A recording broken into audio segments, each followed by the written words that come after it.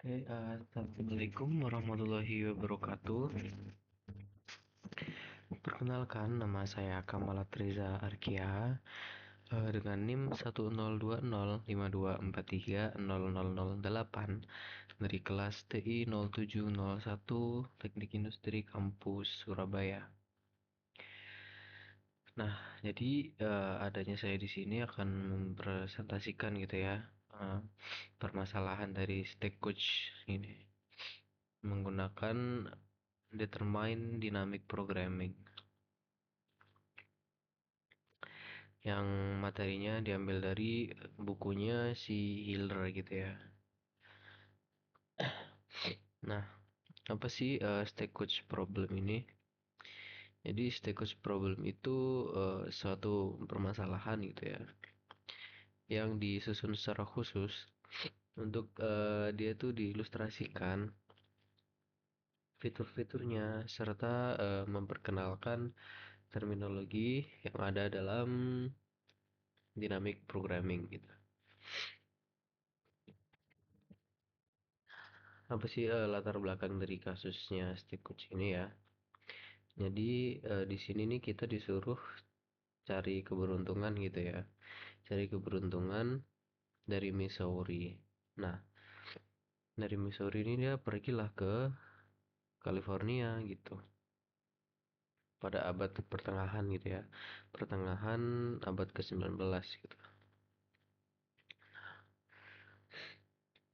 Resiko perjalanan ya, pasti dari perjalanan dari suatu tempat ke tempat lain pasti memiliki resiko gitu ya. Di sini nih diceritakan resikonya itu mungkin terdapat serangan-serangan gitu ya dari perompak-perompak gitu ya. Karena mungkin di daerah yang dilewati oleh dia ini belum apa namanya? Dia tuh belum berkembang atau kayak kita belum tahu nih daerahnya kayak gimana gitu. Jadi kita perlu meminimalisir resiko untuk kita kena serangnya itu. Nah, lalu di sini kan titik awal dan akhirnya tuh udah ada ditetapin gitu ya. Dia di apa namanya, dari Missouri menuju ke California gitu. Nah, tapi dia tuh punya banyak banget pilihan dari rute gitu. Atau ya negara-negara gitulah. Negara bagian ya pastinya ya. Missouri Amerika gitu kan. Dia pasti ngelewatin negara-negara bagian gitu. Selama perjalanan dari Missouri ke California.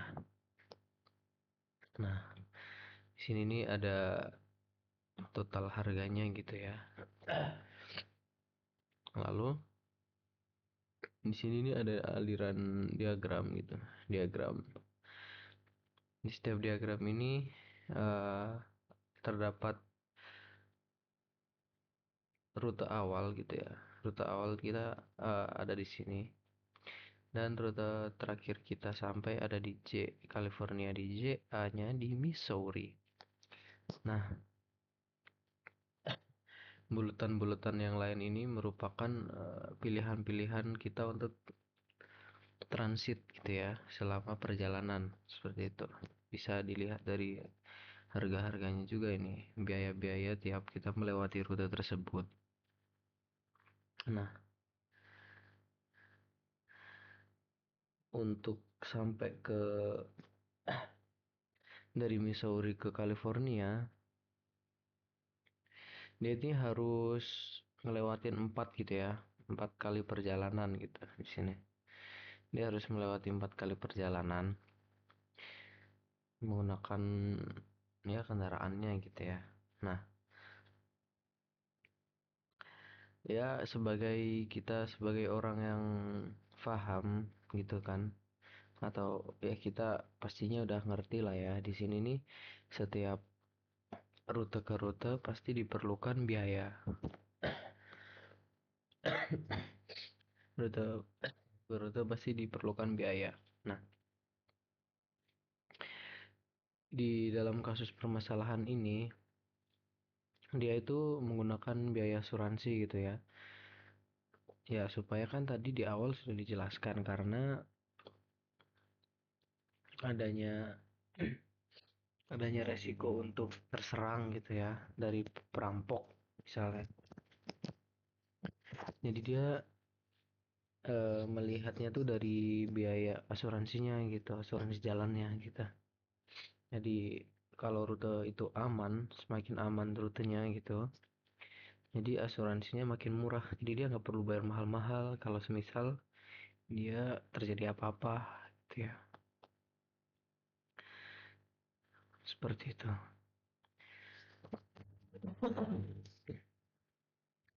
Lalu lanjut di sini ada tabel ya. Ini tabel biaya kan. Di bawahnya ini merupakan tabel biaya.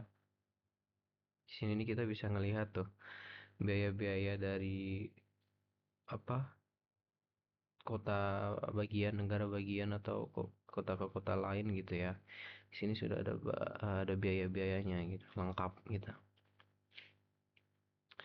Kenapa sih nama namanya CIJ gitu ya, dinotasikan dengan CIJ? Karena C ini mewakili cost gitu, cost. Lalu IJ ini apa?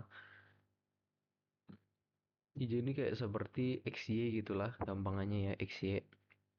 Jadi dia eh, menentukan arahnya gitu, kayak IJ berarti dari mana ke mana kayak gitu. Ya kayak vektor lah IJK, cuman ini kan IJ aja nih. Soalnya kan dia punya arah juga gitu. Dan ada nominalnya. Lalu di sini ada jalan diagramnya gitu ya. Diagram ini lengkap gitu. Peta lengkapnya beserta harga-harga di tiap rutenya. Nah, kalau kita langsung milih gitu ya.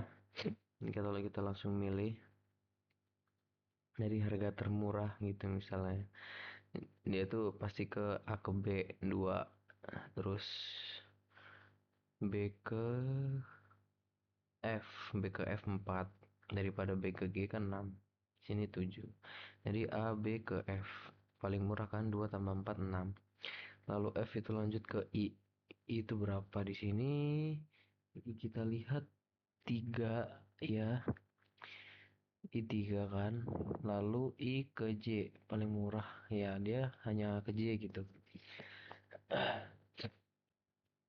Tapi kalau kita ngelihat cuman dari penjumlahan seperti itu aja, itu belum tentu optimal gitu. Pasti ada ya kemungkinan belum optimal kayak gitu ya. Nah, makanya itu diperlukan adanya dynamic programming gitu.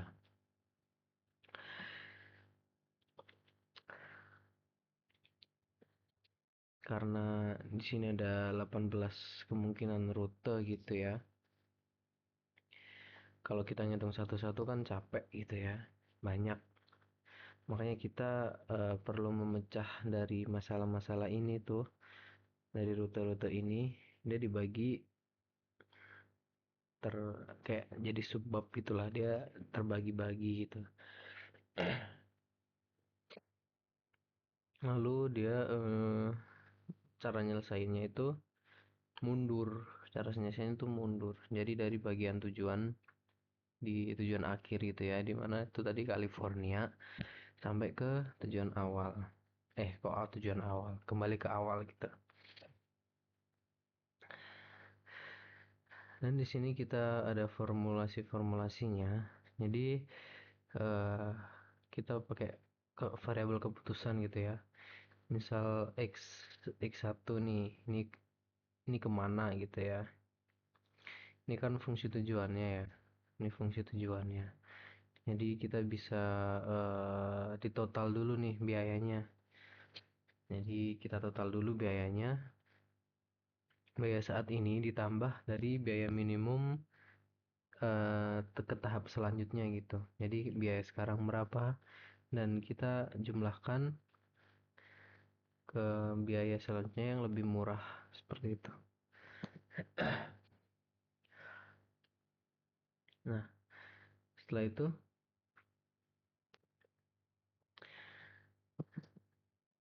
dari tahap kita mulainya dari tahap akhir dulu ya. Kita di belakangan dulu gitu ya. Nah, lanjut ke stage 4 karena kita kan ngelihatnya kan kebalik gitu ya. Nah, di stage 4 ini kita dari J itu ada dua negara, dua kota gitu ya, H dan I. Mana sih yang lebih murah gitu ya? Jadi biaya apa yang dipilih yaitu di sini ada H ke J itu 3 ya. H ke J itu 3, I ke J itu 4 kayak gitu. Jadi dia pilihnya dari rute yang ke yang ke H karena dia lebih murah, cuman 3 gitu. Lanjut ke stage 3, di sini mundur nih dari tahap E ke F ke G karena sebagai contoh aja ya, F ke H itu kan 6 tambah 3 tuh 9. Kalau H ke apa F ke I 3 tambah 4 tuh cuma 7. Jadi kesinilah F ke I ini yang paling optimal gitu, paling kecil lah. Jadi itu yang kita pilih. Lalu tahap 2 kita ngitung biayanya lagi dari BCD misalnya nih ya. Karena yang jalur terbaiknya E yaitu kita kan total biayanya 7. Jadi kita lihat pada titik B dan E gitu ya. B dan D. Nah, kedua titiknya yaitu sama-sama di E dan F. Seperti itu. Akhirnya nih kita sampai di titik awal. Karena ya itu tadi yang biaya totalnya adalah 11 gitu ya. Itu merupakan biaya terkecil dari solving yang telah kita lakukan. Seperti itu. Jadi kesimpulannya dari penyelesaian kali ini ada 3 rute yang memberikan optimum atau biaya paling optimal, yaitu ACEH, ACEHJ gitu ya, ACEHJ, lalu ADEHJ dan ADFIJ. Seperti itu. Terima kasih atas perhatiannya.